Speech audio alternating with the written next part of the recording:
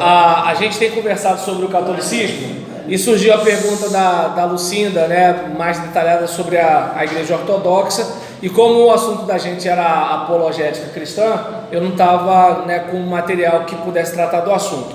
Aí eu achei lá em casa esse livro, O Cristianismo através dos Séculos, de Erling Cairns, né, e na página 164 fala sobre a origem da Igreja Ortodoxa Grega. O que acontece? A gente tem o surgimento da Igreja Cristã enquanto movimento, né, iniciado pelo ministério de Jesus e depois dos apóstolos, e aí, a partir daí, a gente tem o momento, né, em que a Igreja antiga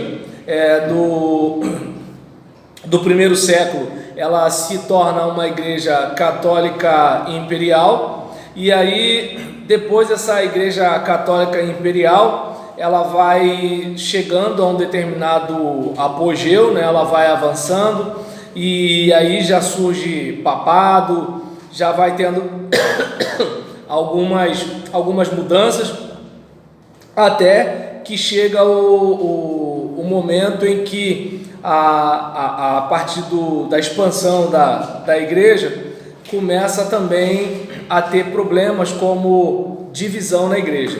Então a gente tem a supremacia do papado, a gente tem a expansão da igreja, e a gente tem também a divisão ou cisma, como alguns historiadores dizem.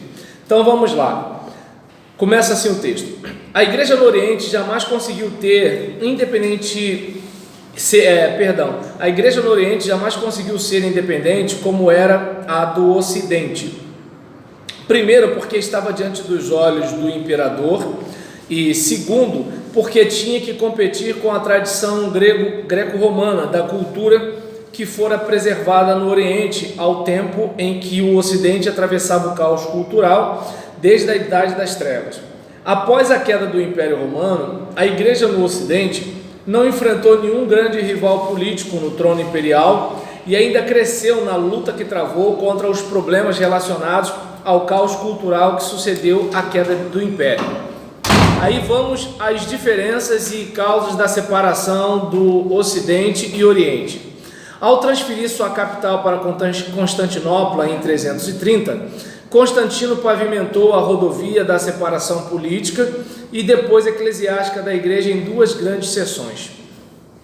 Teodósio deu a administração das porções oriental e ocidental do império a diferentes chefes em 395. Com o debate do Império Romano no Ocidente na última parte do século V, esta divisão se realizou completamente. A Igreja no Oriente esteve sob a jurisdição do imperador, mas o Papa em Roma estava longe de ser submetido ao seu controle. Na ausência de controle político efetivo no Ocidente, o Papa tornou-se o líder temporal e espiritual em tempos de crise. Isto se deu às duas igrejas uma perspectiva inteiramente diferente em relação ao poder temporal.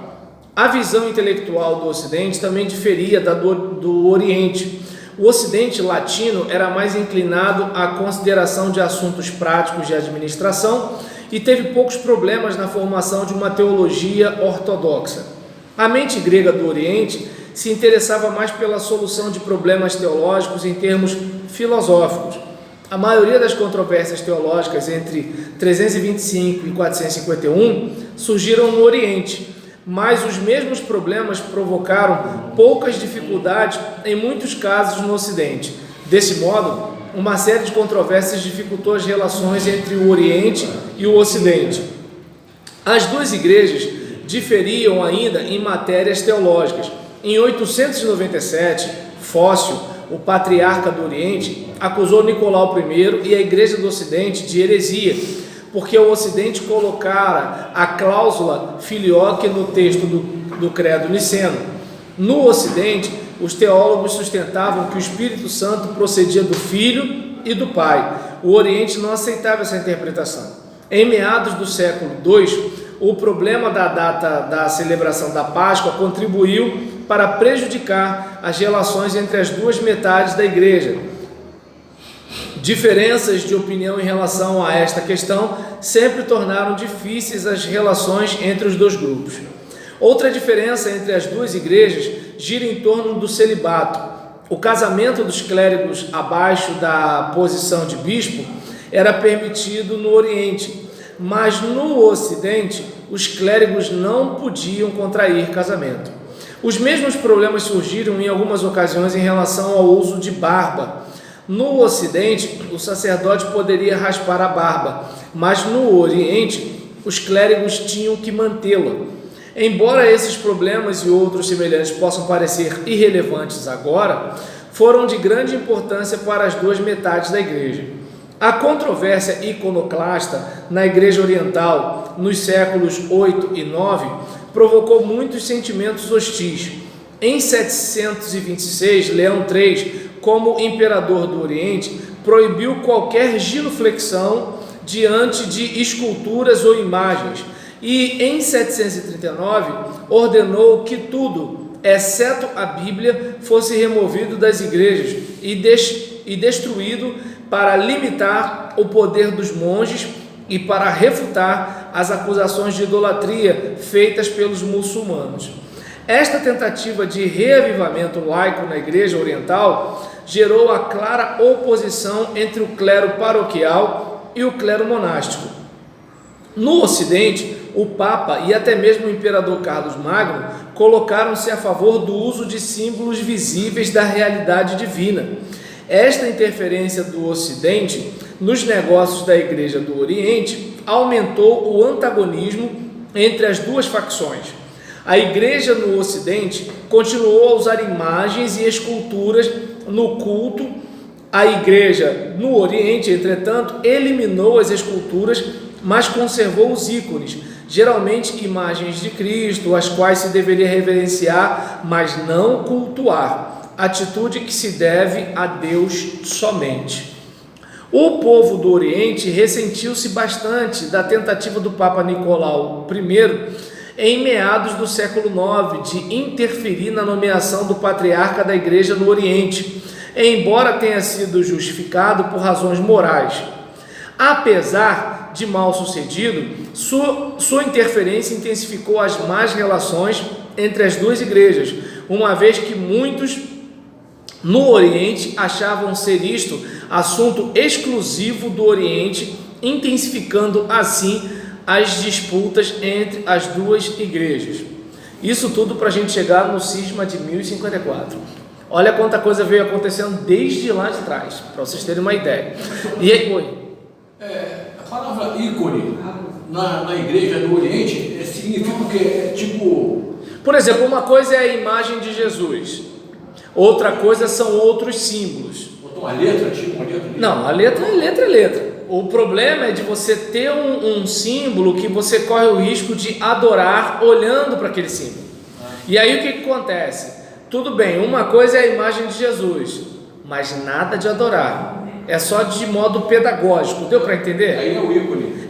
Como digamos, quando você vê uma imagem de Jesus, você não conversa com aquela imagem. Olha, é uma obra de arte que te remete a uma lembrança, a uma pessoa e assim por diante, onde tinha a preocupação deles, justamente por causa da acusação dos islâmicos, né?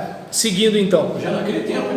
E a questão do por que um usava barba, sacerdote, se diminuir que o outro não usava barba? Por isso que o autor está dizendo, para a gente é irrelevante.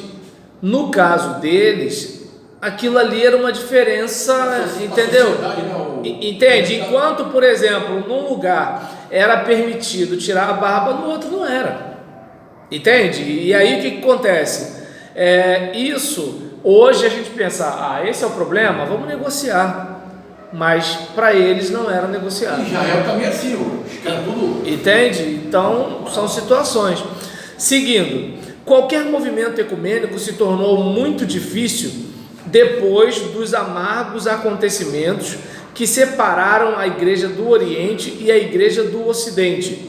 O movimento ecumênico moderno, que visa a reunião das igrejas da cristandade, não tem apoio da Igreja Católica Romana e apenas um pequeno apoio da Igreja Ortodoxa grega. O movimento tem sido fundamentalmente protestante. Nenhuma das duas igrejas deseja qualquer igreja ecumênica, exceto em seus próprios termos, ok?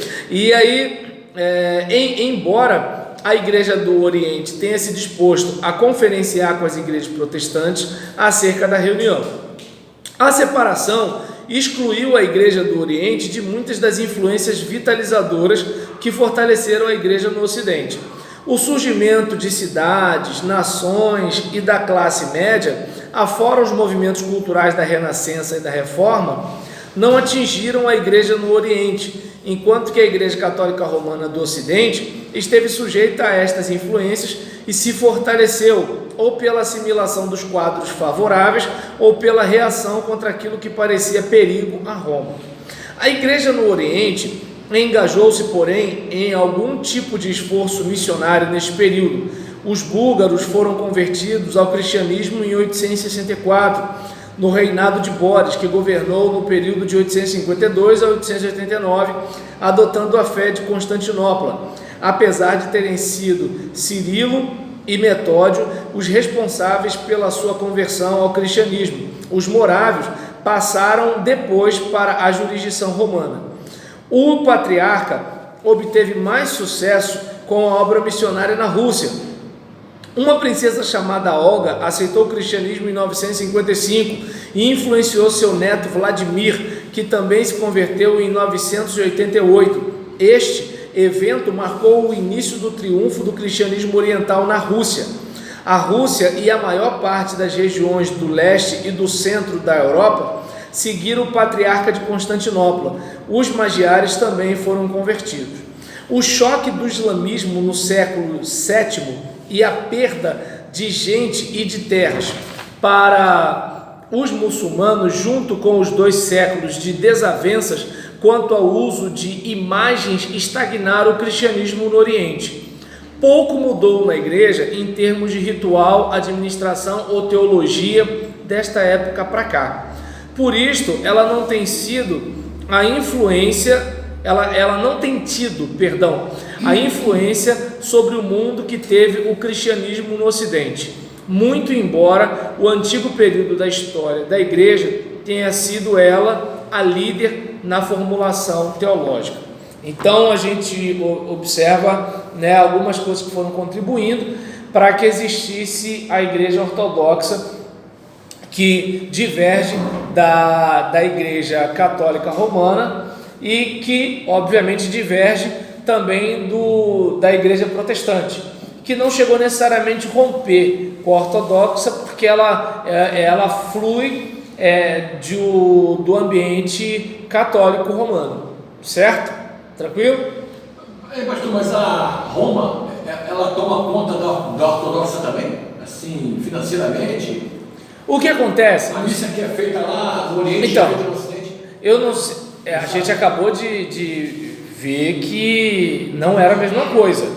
Mas a Bíblia não seria a mesma coisa? E os caras não... A Bíblia é a mesma coisa. Não existe batista renovada, batista tradicional, batista regular, não existe calvinista, arminiano, não existe pentecostal tradicional, neopentecostal. Mas eu acho interessante, porque é uma situação... O choro é livre. É uma situação de que isso é questão de mundial. Será que não tem 1 ou 2 ou 3 que... Não é nem questão mundial, é o homem, é o ser humano. É o poder, é o poder. É o ser humano. Deve ser poder. A questão não é nem só o fato de a pessoa querer ganhar alguma coisa, mas é o fato de cosmovisão diferente.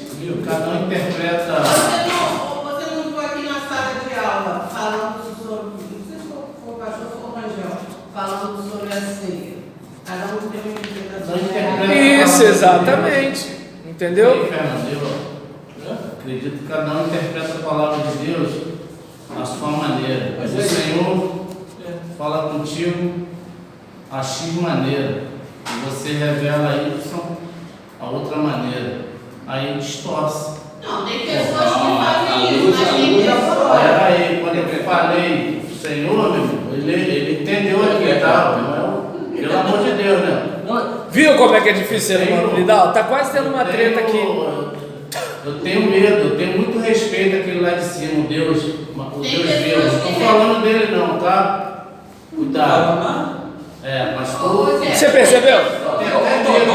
A gente está no século XXI. Agora eu tenho até medo. Não, eu também perdi, mas não vamos acender não, porque eu já vi que é um negócio que não é relevante, entendeu? Então vamos embora.